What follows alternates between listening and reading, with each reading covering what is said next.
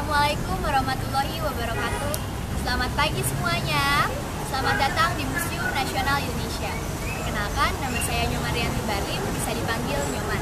Sebelum kita berkeliling, ada baiknya saya menjelaskan tentang sejarah dari museum. Diawali dari terbentuknya lembaga independen Belanda bernama Batavia's Gemeenschap van Kunsten en Wetenschappen pada tanggal 24 April 1778. Lembaga ini mempunyai tujuan yaitu untuk memajukan penelitian dalam bidang seni dan ilmu pengetahuan, khususnya dalam bidang fisika, biologi, kesusastraan, arkeologi, etnologi, dan sejarah. Tokoh yang berjasa dalam membangunnya museum ini adalah J.C.M. Radermacher, karena beliau telah menyumbangkan rumah miliknya yang berada di Jalan Kali Besar nomor 11 dan benda-benda sejarah serta buku-buku yang amat berguna. Disitulah cikal bakal terbentuknya museum dan perpustakaan. Pada tahun 1811 sampai 1816, saat pemerintahan Inggris di Jawa, Letnan Gubernur Sir Thomas Stamford Raffles memerintahkan untuk membangun gedung baru untuk dijadikan museum dan gedung pertemuan untuk berkumpulnya Literary Society di Jalan Majapahit nomor 3, yang sekarang ini menjadi gedung Sekretariat Negara. Nah, karena koleksinya terus bertambah, maka museum ini tidak dapat menampung benda sejarah lainnya. Akhirnya, pemerintahan Hindia Belanda memerintahkan untuk membangun museum baru yang berada di Jalan Medan Merdeka Barat nomor 12 atau lokasi sekarang ini pada tahun 1862. Pada tahun 1868, museum ini resmi dibuka untuk umum. Nah, kebanyakan masyarakat setempat menyebut museum ini Museum Gajah atau Gedung Gajah. Mengapa? Karena di halaman depan museum ini terdapat patung gajah yang diberikan oleh Raja Chulalongkorn Rama kelima dari Thailand sebagai hadiah, dan beliau pernah berkunjung ke museum ini pada tahun 1871. Pada tahun 1923, lembaga BGKW mendapat gelar Koninklijk atas jasanya dalam bidang ilmiah dan ilmu pengetahuan dan proyek pemerintah. Lengkapnya menjadi Koninklijk Batavia's Gemeenschap van Kunsten en Wetenschappen. Nah, pada tanggal 26 Januari 1950, Koninklijk BGKW mengubah namanya menjadi Lembaga Kebudayaan Indonesia atau LKI. Pada tanggal 17 September 1962, LKI menyerahkan pengelolaan museum ini kepada pemerintahan Indonesia dan mengubah namanya menjadi Museum Pusat.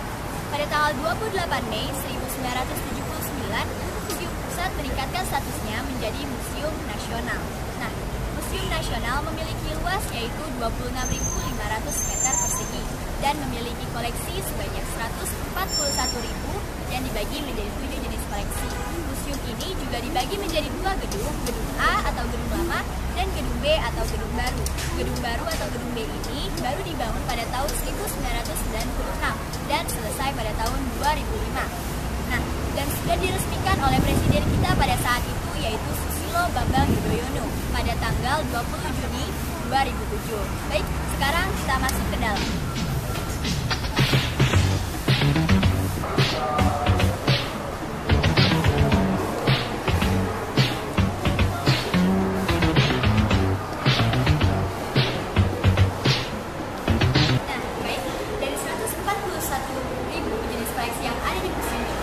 Dibagi menjadi 7 jenis koleksi.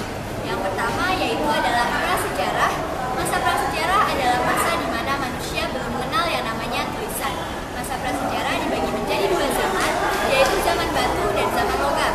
Zaman batu dibagi menjadi 3 zaman, yaitu zaman batu tua atau Paleolitikum, di mana manusia pada zaman itu sudah mampu mencari makanan dengan cara berburu dan mengumpulkan makanannya. Hidupnya masih nomaden atau masih berpindah-pindah tempat. Jenis alatnya, contoh alatnya yaitu adalah kapak peringas, kapak genggam, kapak pendetak, dan alat-alat serpi.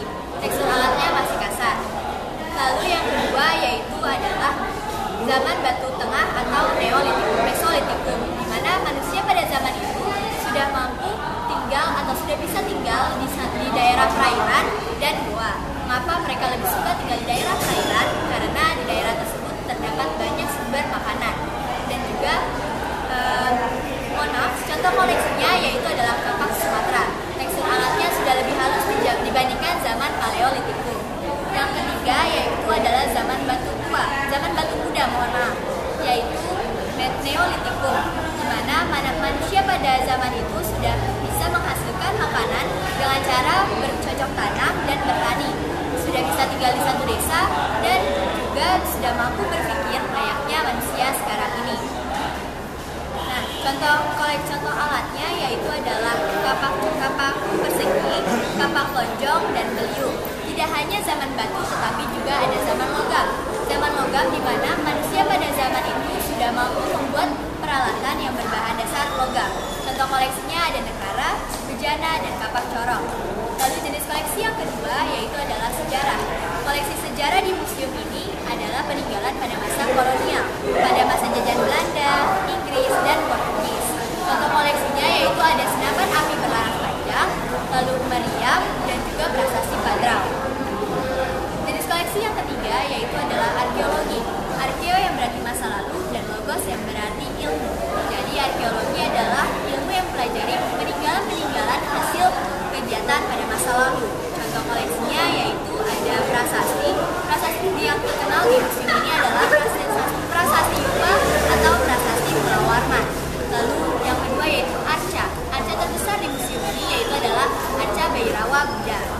Nah, jenis koleksi yang ketiga, yang keempat yaitu adalah numismatik dan heraldik. Jenis koleksi numismatik adalah jenis koleksi yang berkaitan dengan mata uang pada zaman dahulu, tetapi banyak juga mata uang yang berasal dari luar negeri. Contohnya, khususnya dari negara-negara benua Asia, Afrika, dan Eropa. Contoh koleksinya yaitu ada mata uang gulden, mata uang Papua dari kerajaan Buton, mata uang token berasal dari kerajaan Majapahit. Lalu tidak hanya numismatik, tetapi ada heraldik. Heraldik adalah jenis koleksi yang berkaitan dengan tanda-tanda jasa. Contoh koleksinya yaitu ada stempel, cap, dan medali. Lalu jenis koleksi yang kelima yaitu adalah etnografi. Etno yang berarti etnik dan grafi atau grafos yang berarti gambaran. Jadi jenis koleksi etnografi ini adalah jenis koleksi yang menggambarkan tentang suku bangsa yang ada di Nusantara. Contoh koleksinya dari Sumatera ada patung Sigale-gale. Lalu dari Jawa ada patung kuda Nogowarno. Yang dari Bali ada Barong dan Rangge. Dari Kalimantan ada gamelan Banjar, dan dari Papua ada patung Bugis dan Rah Basman. Lalu jenis koleksi yang keenam yaitu adalah geografi. Geo yang berarti bumi dan grafi atau grafos yang berarti gambaran. Jadi jenis koleksi geografi ini menggambarkan tentang bumi atau dunia beserta peralatannya. Contoh koleksinya ada peta dan alat navigasi seperti lampu kapal, jam kapal, kronometer, kompas, dan teropong bintang. Nah, jenis koleksi yang terakhir atau yang ketujuh yaitu adalah keramik. Keramik di museum ini dibagi menjadi dua jenis keramik, yaitu keramik lokal dan keramik asing. Keramik lokal adalah keramik yang berbahan dasar tanah liat atau terakota yang dibakar. Sedangkan keramik asing adalah jenis keramik yang berbahan dasar tanah liat dicampur dengan porselin agar lebih kedap air dan licin. Keramik di museum ini diberikan oleh bangsawan Belanda yang bernama Egbert Willem van Orsoy de Vries. Contoh koleksinya ada ceret, piring, kunci, vas, dan lain-lain. Baik, sekarang kita menuju ke ruang etnografi. Masa terus berpacu, takkan lelah. Jejak-jejak. Teman-teman, gimana? Seru kan kunjungannya? Semoga kalian gak bosan-bosan untuk berkunjung ke Museum Nasional. Saya mengucapkan terima kasih banyak karena kalian telah menyempatkan waktu untuk berkunjung ke Museum Nasional Indonesia. Terima kasih banyak, semoga kita menjadi warga negara Indonesia yang cinta akan sejarah dan kebudayaannya. Terima kasih, wassalamualaikum warahmatullahi wabarakatuh. Masa terus berpacu, takkan lelah. Jejak-jejak sejarah teruslah melangkah. Peristiwa adalah anugerah membawa berkah yang berlimpah. Museumku, di sana temukan makna masa lalu yang tak lapuk oleh waktu, menuju peradaban yang maju demi Indonesiaku. Museumku.